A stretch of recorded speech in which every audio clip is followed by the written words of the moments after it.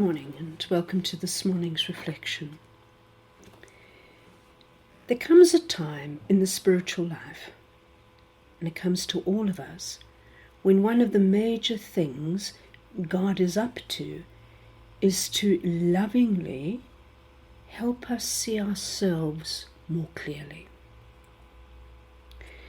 And this is probably one of the most challenging elements of the spiritual life. One that most of us shrink from with more than a little bit of dread. Some of us have been so shaped by shame-based family or church systems that we resist with all we can.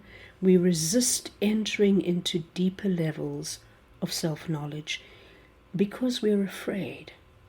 We're afraid of feeling debilitated by shame or swept away by remorse.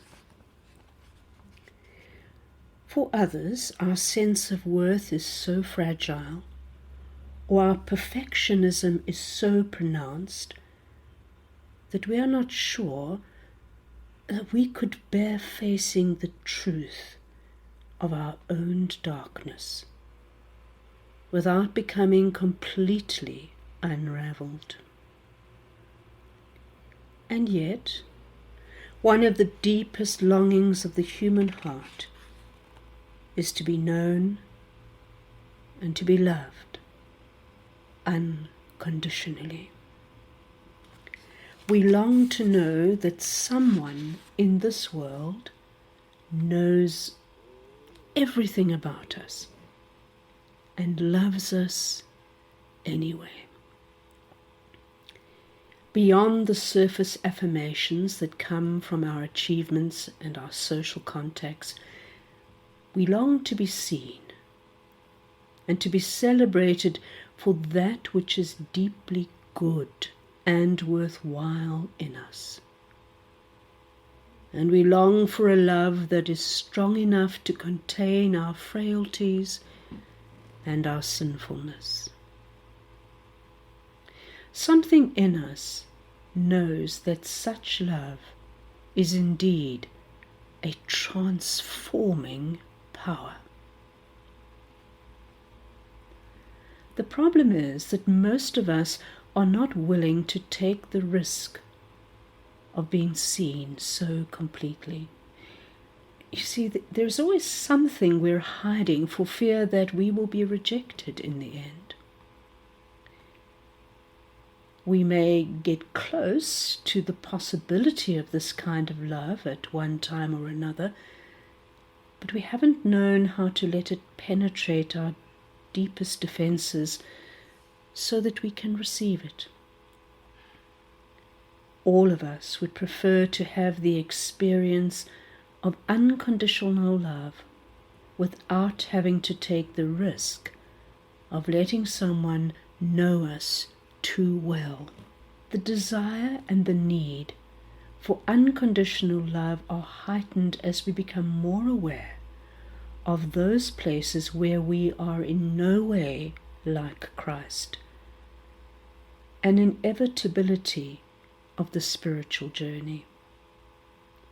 And as we become more spiritually attuned, we become really painfully aware of how negative our thought patterns may be, and how those thought patterns which lead us to relate to others in ways that hurt ourselves and hurt others. We see the places where we are incapable of love and true self-giving.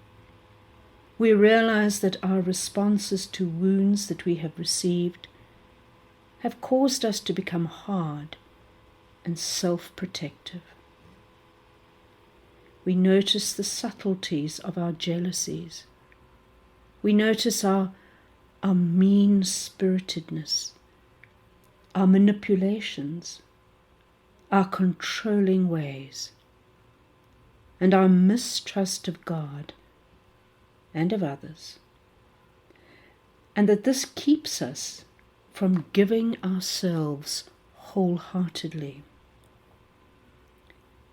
Having tried every self-help approach that we know, we are just devastated to admit that real fundamental change is beyond our reach, and the heart cries out to be free from its bondage.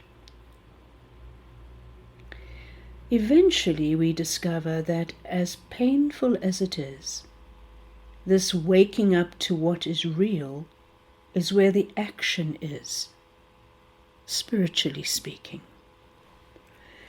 As Robert Mulholland says, our cross is the point of our unlikeness to the image of Christ, where we must die to self in order to be raised to God into the wholeness of life in the image of Christ.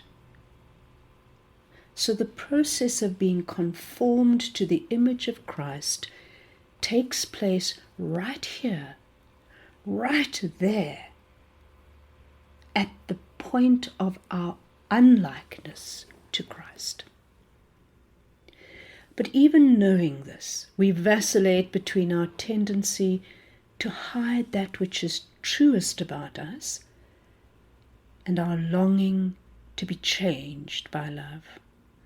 We are drawn to the possibility of deeper freedom and spiritual transformation, yet we would like to avoid the full weight of what that might require of us. We have to practice, or we need a practice rather, that offers us a way of opening to the love of God in the places of our brokenness and our sin. And in fact, that is the only way that spiritual transformation takes place, is in the place of our recognition of our sin and our brokenness. And very often in the Christian life, we avoid looking at those places of brokenness with God, that places of sinfulness with God. When I did my spiritual direction training, Trevor Hudson remarked that his wife used to say that she would be running toward Jesus with her arms outstretched, shouting at him to go away. Because the truth is that to truly encounter God is going to mean encountering ourselves and the places where we need to grow. Amen.